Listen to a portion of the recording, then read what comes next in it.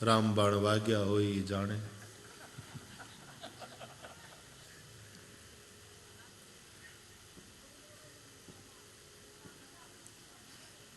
सावधान, और हो गया सावधान।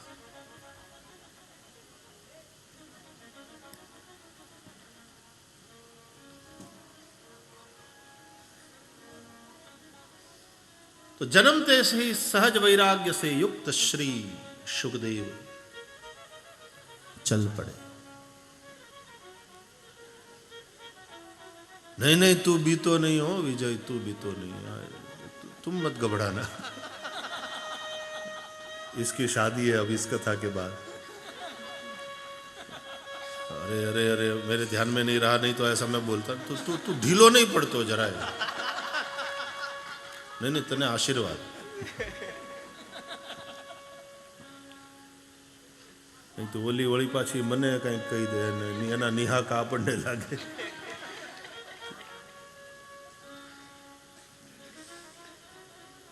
तो विजय, विजय, ये ओडिशा से, विजय सावधान, तुम्हारी शादी है। और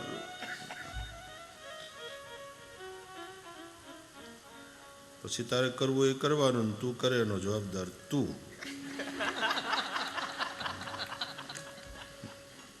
हमारी शुभकामना।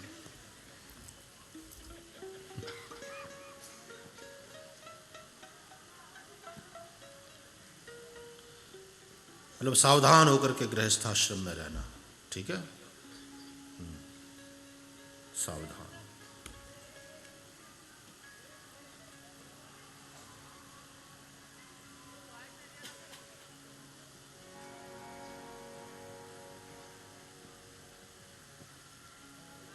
अहंकारी को अपमान चोट पहुंचा सकता है,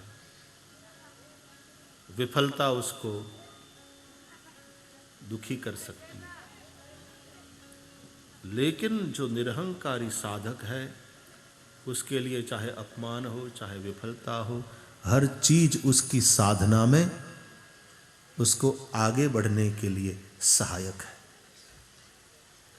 मुख्य बात यह है कि आप संसार में हैं कि संसार छोड़ करके बाहर जंगल में रह रहे हैं, महत्व उस बात का नहीं, महत्व उस बात का है कि तुम साधक हो कि नहीं।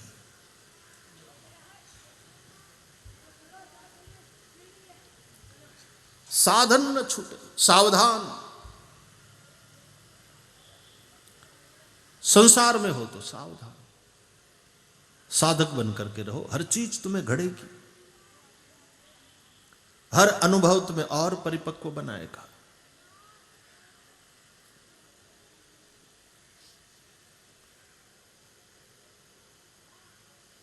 इसलिए वो बड़ी प्रसिद्ध बात है ना, सोक्रेटिस से एक युवक ने पूछा कि मेरी शादी है, मैं क्या करूं? बोले कर ले।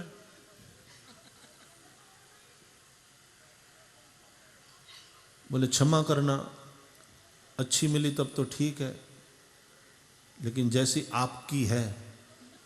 और सोक्रेटिस की पत्नी ज़ेंथेपी बड़ी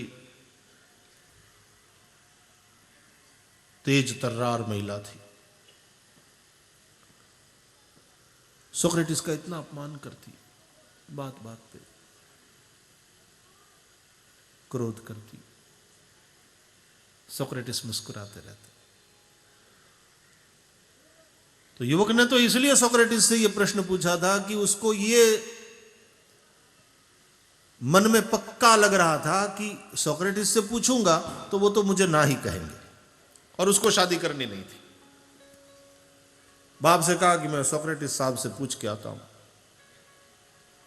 वो कहेंगे तो मैं करूंगा। और युवक को पक्का था कि सोक्रेटिस मुझे कहेंगे भैया संभल जा, ये करने जैसी नहीं है। पूछा सोक्रेटिस से, मेरे पिता मेरी शादी की तैयारी कर रहे हैं, मैं क्या करूं? बोले कर ले। तो धक्का लगा कि सोक्रेटिस मुझे शादी करने के लिए बोल रहे हैं। युवक ने कहा कि अच्छी मिली तब तो ठीक है, लेकिन माफ करना, जैसी आपकी है वैसी मिली तो। सोक्रेटिस मुस्कुराए और बोले तो तू सोक्रेटिस हो जाएगा।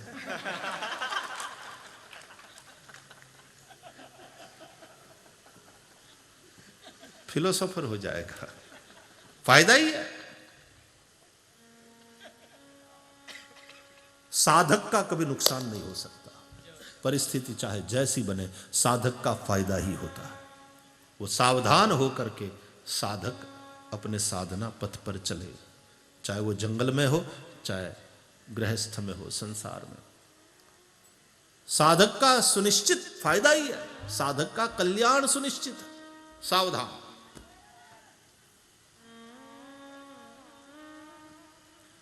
पूज्य बापू ने यहां सावधान पर कथा करी ना आपकी बार, हाँ? मानस सावधान। आज बापू हमारे घर पधारे थे सुबह,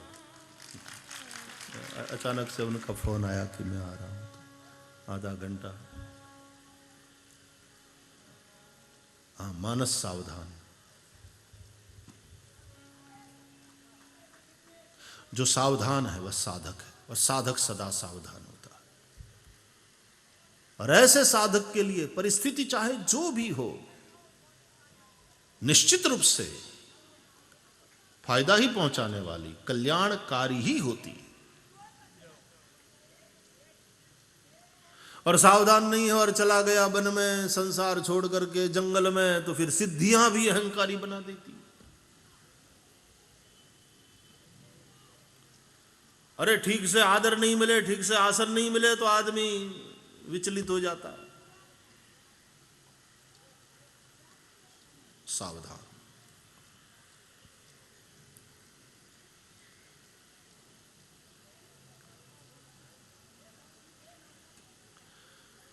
तो जो सहज वैराग्य से युक्त जन्मते ही पिता के घर को छोड़कर चल दिए, तो पिता ने ये नहीं कि भाई तुझे जाना है तो जा, और क्या फिर जाने दिया, ये बात नहीं। पिता भी पीछे पीछे दौड़े, अरे पुत्र, शुक शुक पुत्र, पुत्रेति तन्मयतया। शुकदेव के पीछे पीछे दौड़े व्यास जी। तब शुकदेव ने वृक्षों के द्वारा पिता को प्रत्युत्तर दिया, तरवः अभिनेदुः तम सर्वभूत हृदयम मुनिम आनतः अस्मि। एक तो भगवान है सर्वभूत हृदय,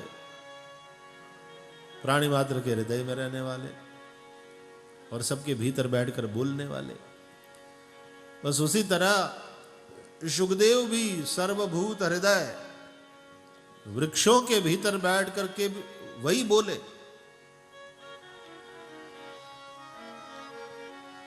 वृक्षों ने व्यास जी को कुछ कहा, क्या कहा ये भागवत में नहीं लिखा है, ये भागवत के टीकाकारों ने समझाया कि वृक्षों ने कहा कि देखो व्यास जी, हमारा फल हम नहीं खाते,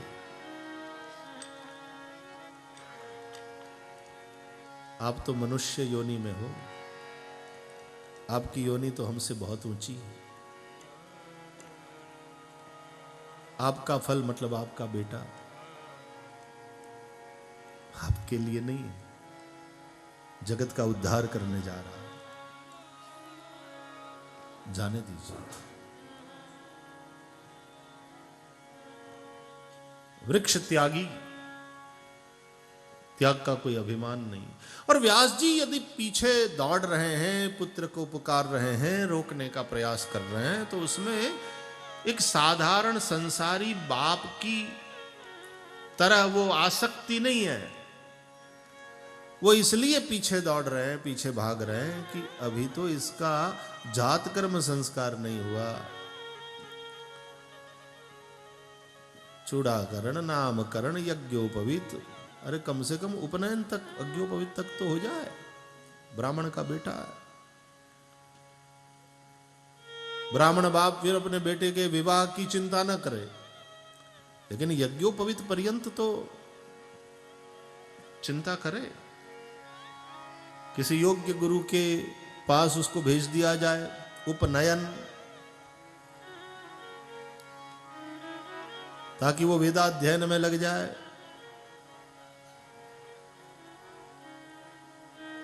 परा अपरा विद्या उसमें से जिसमें भी उसकी रुचि हो उस विद्या को वो प्राप्त करे।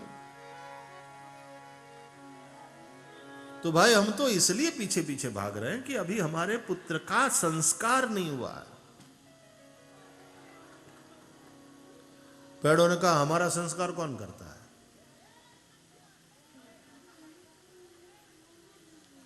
लेकिन सबका नाम मिल ही जाता है। नीम को नीम नाम किसने दिया, क्यों दिया, कैसे दिया? बरगद को बरगद वाला नाम किसने दिया, क्यों दिया, कब दिया?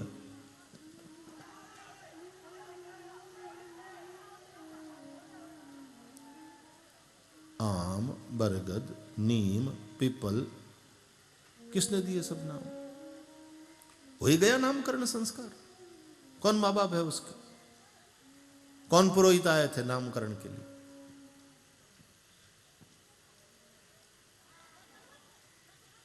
पैदा हुए ये सारे पेड़ तो किसने जात कर्म संस्कार किया? और बिना उन सब संस्कारों के भी पेड़ कितने परोपकारी है। देखो, पत्थर मारने वालों को फल देते हैं, स्वयं धूप सह करके छाया प्रदान करते हैं। इसलिए अभी वो शेर तो मुझे याद नहीं रहा, लेकिन उसमें ऐसा भाव था कि भाई सूखे पत्तों पर पांव रखने से पहले जरा अदब से थोड़ा सोचना, कभी इन्हीं पत्तों ने तुमको छाया दिया था, धूप सह करके इन्हीं पत्तों ने तुम्हें छांव दिया था।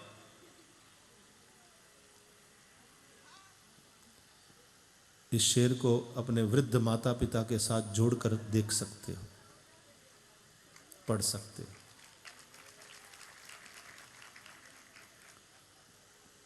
तो वृद्ध माता पिता को वृद्धाश्रम में नहीं धकेलोगे, क्योंकि उन्हीं पत्तों ने जो आज गिर गए हैं, सूख गए हैं, उन्हीं पत्तों ने कभी हमको छांव दिया था, कभी हमें संभाला था, पाला था।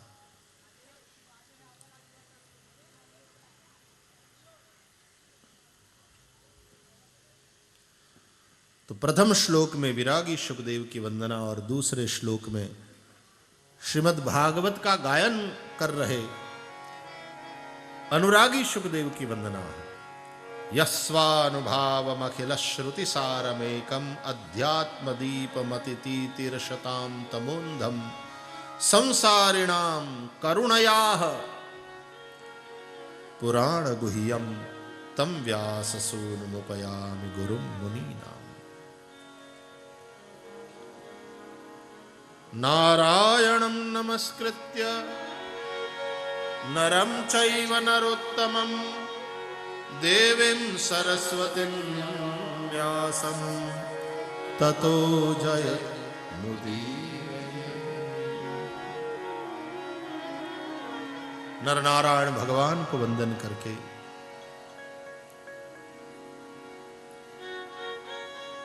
मां सरस्वती को और भगवान वेदव्यास को प्रणाम करके नैमिषारण्य में श्री सुत जी ने कथा का मंगल आरंभ किया।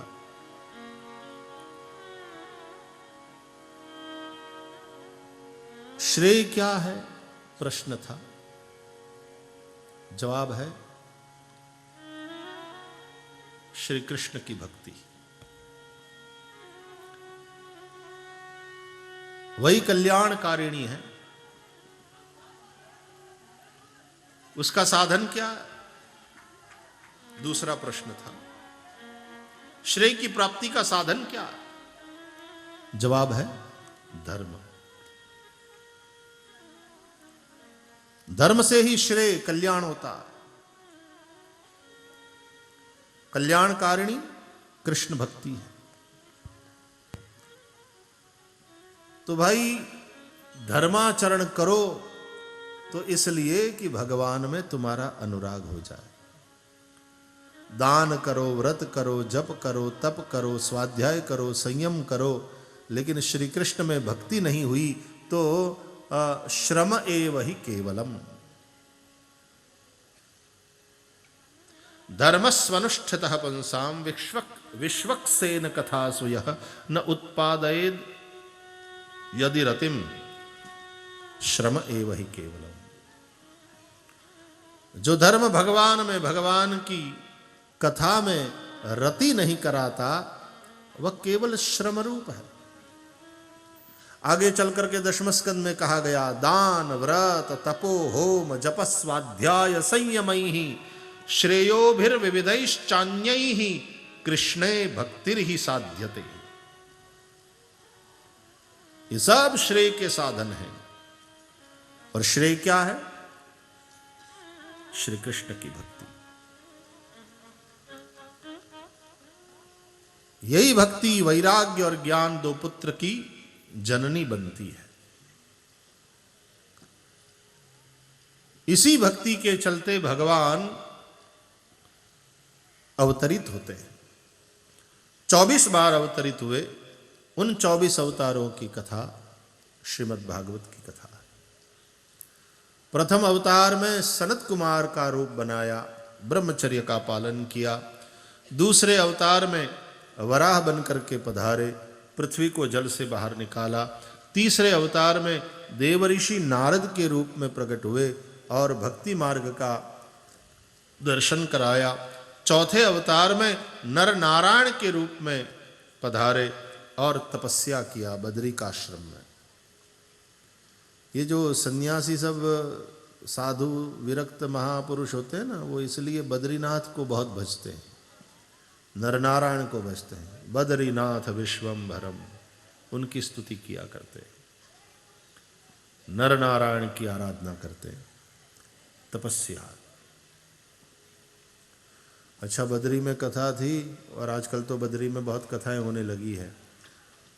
तो एक विद्वान तो हमको वहाँ ये कहते हुए मिले कि ये कथा की थोड़ी भूमि है, ये तो तपस्या की भूमि है। ये भूमि तो तप करने के लिए है भाई। वहाँ जाकर के ठंडी सहना तप है। इतनी ठंडी में उड़ करके सुबह मंगला के दर्शन के लिए जाना तप है। वहाँ रहना और फिर अचानक बारिश शुरू हो जाए। जहाँ धर्मशाला में रह रहे हो वहाँ की दीवार भी पानी पी हुई है, होती है, भीगी भीगी। दीवार से हाथ लग गया तो लगता है बर्फ से हाथ, बर्फ को जैसे छू लिया हो।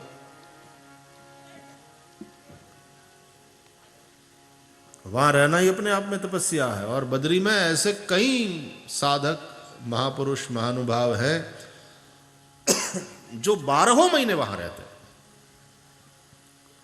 ठंडी के दिनों में भी जब मंदिर के पट बंद हो जाते हैं तब भी वो उतरते नहीं, वह वहीं रहते। एक माता जी हुआ करती थी, अब उनका शरीर है कि नहीं पता नहीं, वहीं रहती 12 महीने। जब भी हम बद्री गए तो 1-2 बार उनके दर्शन के लिए पहुंचे थे। और अन्नपूर्णा की तरह बड़े प्रेम से खिलाती, कुछ न कुछ प्रसाद पवाती। अरे मानसरोवर में ऐसे महात्मा है जो 12 महीने ठंडी के समय में भी वहीं बर्फ में पड़े रहते हैं। तपस्या है, तप की भूमि, तपोभूमि। तो विद्वान कह रहे थे कि भाई यहां नारद जी और सनत कुमार मिले, कथा करनी थी तो नीचे उतर गए। हरिद्वार में जाकर के गंगा के तट पर उन्होंने कथा करी। तो उनका ये अभिप्राय था कि भाई ये तो तपस्या की भूमि है। तो नरनारायण सन्यासियों के आराध्य, नरनारायण देव सन्यासियों के लिए, तपस्वियों के लिए। पंचमः कपिलो नाम, 5वें अवतार के रूप में भगवान कपिल बन करके पधारे, सांख्य शास्त्र का उपदेश किया। 6वें अवतार के रूप में अत्रि अनुसुया के घर में भगवान दत्तात्रेय प्रकट हुए, अवधूत। अवधूत चिंतन। श्री गुरुदेव दत्त।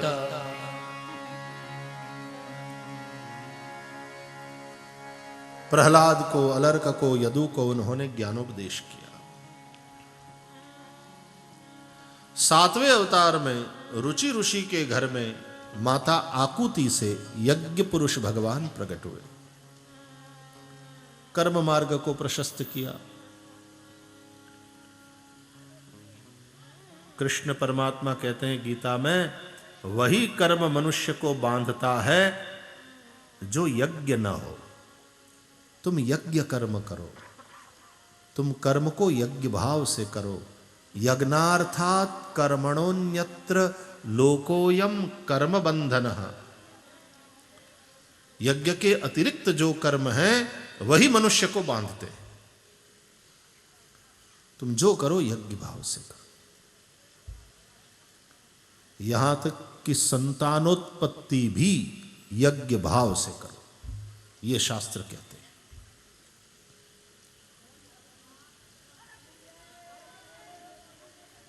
वो भी यज्ञ भाव से करो।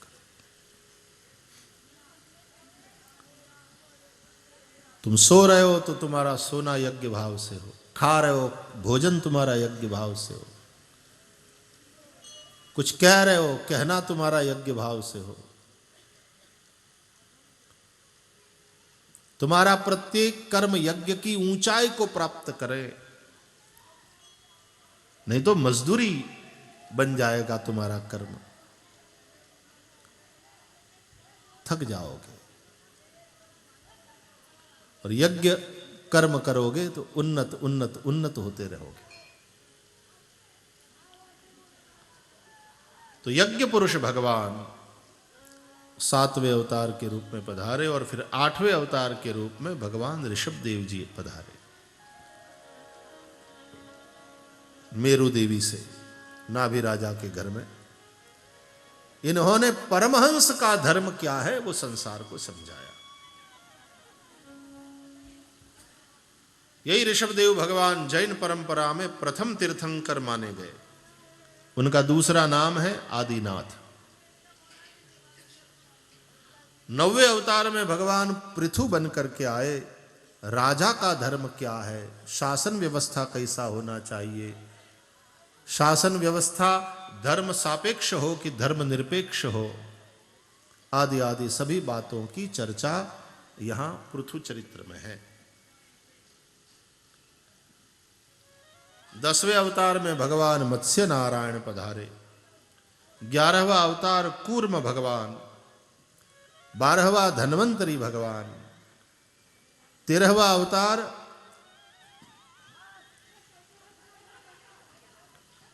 मोहिनी का,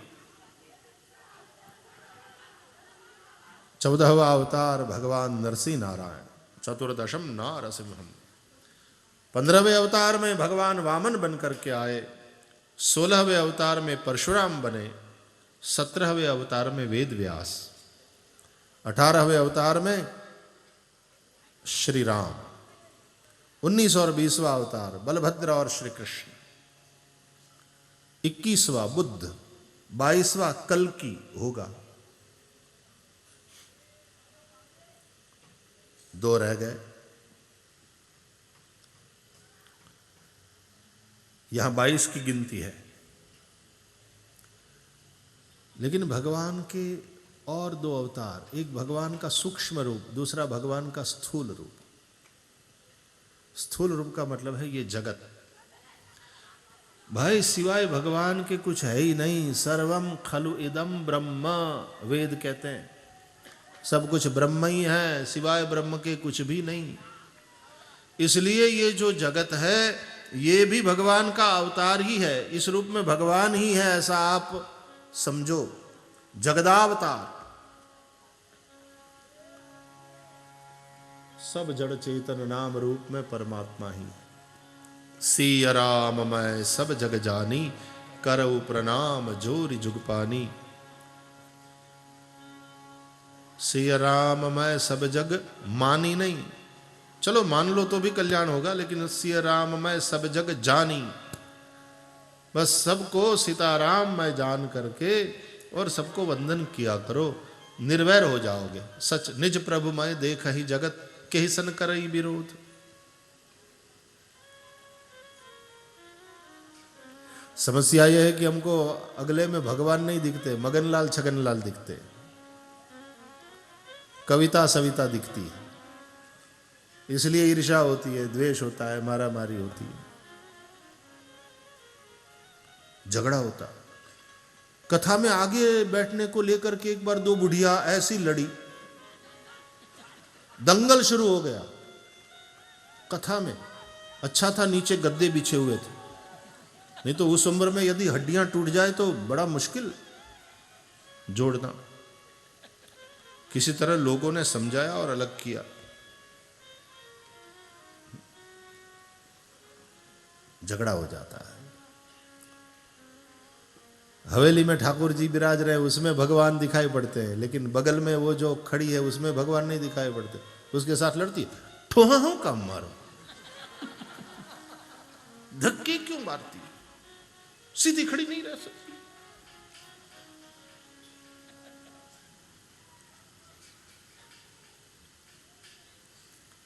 कन्हैया मुस्कुराते, देखो मेरी माया के झपट में आ गई, फंदे में फंस गई। क्यों? बोले हवेली में जाकर के भी भगवान के सम्मुख हुए नहीं। भगवान की शरण में यदि चले जाए तो माया में ताम तरंती थे, वो तो माया को पार कर ले। लेकिन मंदिर में जाकर के भी हम खड़े भगवान के सामने दास बने रहते हैं, गुलाम बने रहते हैं माया के।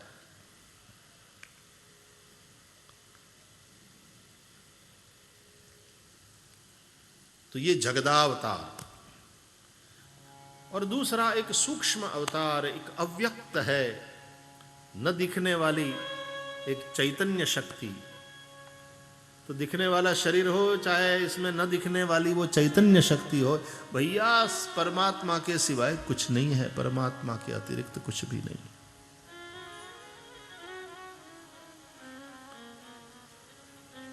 अब बर्फ पानी में तैर रही है,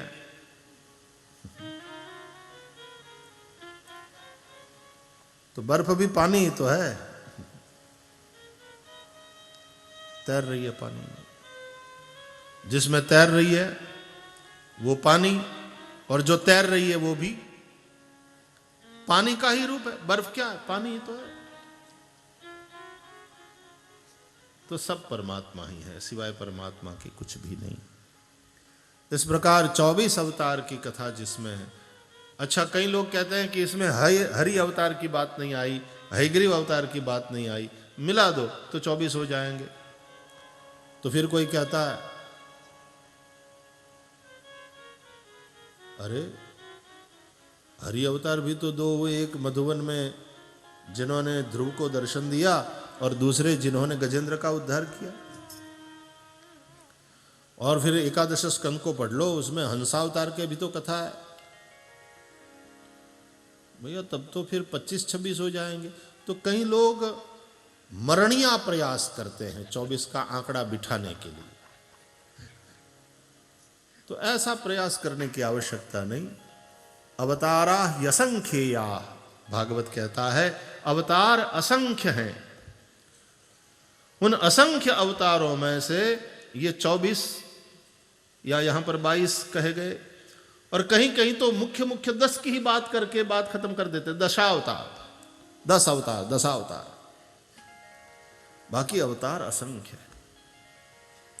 एक बात बताऊं,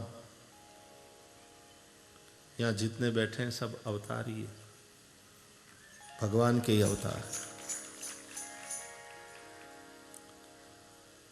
न तो हमको उनमें भगवान का भाव आता है, न उसको खुद को अपने में। उसको तो यही लगता मैं छगनलाल हूं। अरे छगनलाल तू भगवान का होता? मैं छगनलाल। अब वो उसका देह भाव इतना दृढ़ हो गया है कि वो सोहम वाली बात तक पहुंचता ही नहीं। अरे एक मच्छर हो तो वो भी अवतार से क्या कम है? अवतरण हुआ है, वही चेतना जो अव्यक्त थी वो इन रूपों में प्रकट हो जाती। रात के अंधेरे में उड़ते हुए जुगनुओं को देखते हो, क्या अद्भुत है। वही अव्यक्त चेतना इन भिन्न भिन्न रूपों में अपने आप को प्रकट करती है। तो भाई इन अवतारों की जिसमें चर्चा है, ऐसी श्रीमद् भागवत की यह कथा वेद व्यास जी ने लिखी, शुकदेव को पढ़ाया और शुकदेव ने श्री गंगा जी के तट पर अनशन लेकर के विराजे राजा परीक्षित को सुनाया। सुत जी कहते हैं वही संवाद मैंने भी वहां बैठकर गंगा जी के तट पर सुना और वही संवाद हे शवनकादिकों यहां गोमती के तट पर नैमिष में बैठकर आप लोगों को सुना रहा हूं। तो फिर चर्चा चल पड़ी कि भाई भागवत की रचना व्यास जी ने करी तो कहां करी, कब करी, क्यों करी, किन की प्रेरणा से करी। और उनके बेटे शुकदेव तो जन्म से ही चले गए थे, अभी अभी आपने वंदना में बताया, पढ़े बड़े तो थे नहीं कहीं, तो फिर वो कैसे भागवत के वक्ता हो गए, विद्वान हो गए। और राजा परीक्षित को अनशन लेकर के गंगा के तट पर कथा श्रवण हेतु क्यों बैठना पड़ा? युवावस्था में चक्रवर्ती सम्राट और सत्ता को छोड़ करके और चला जाए वहां और बैठ जाए कथा सुनने के लिए।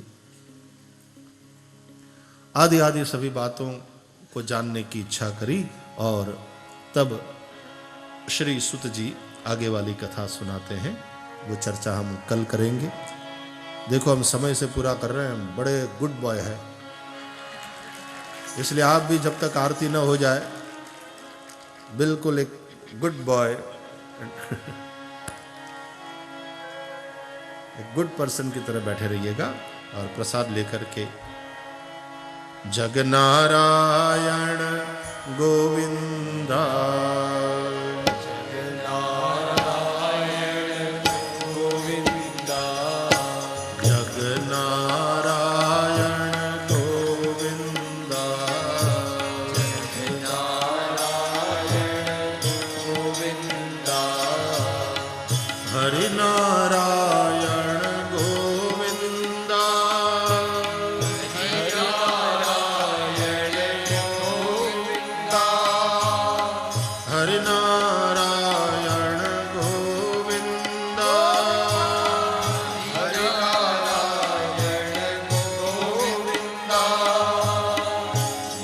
नारायण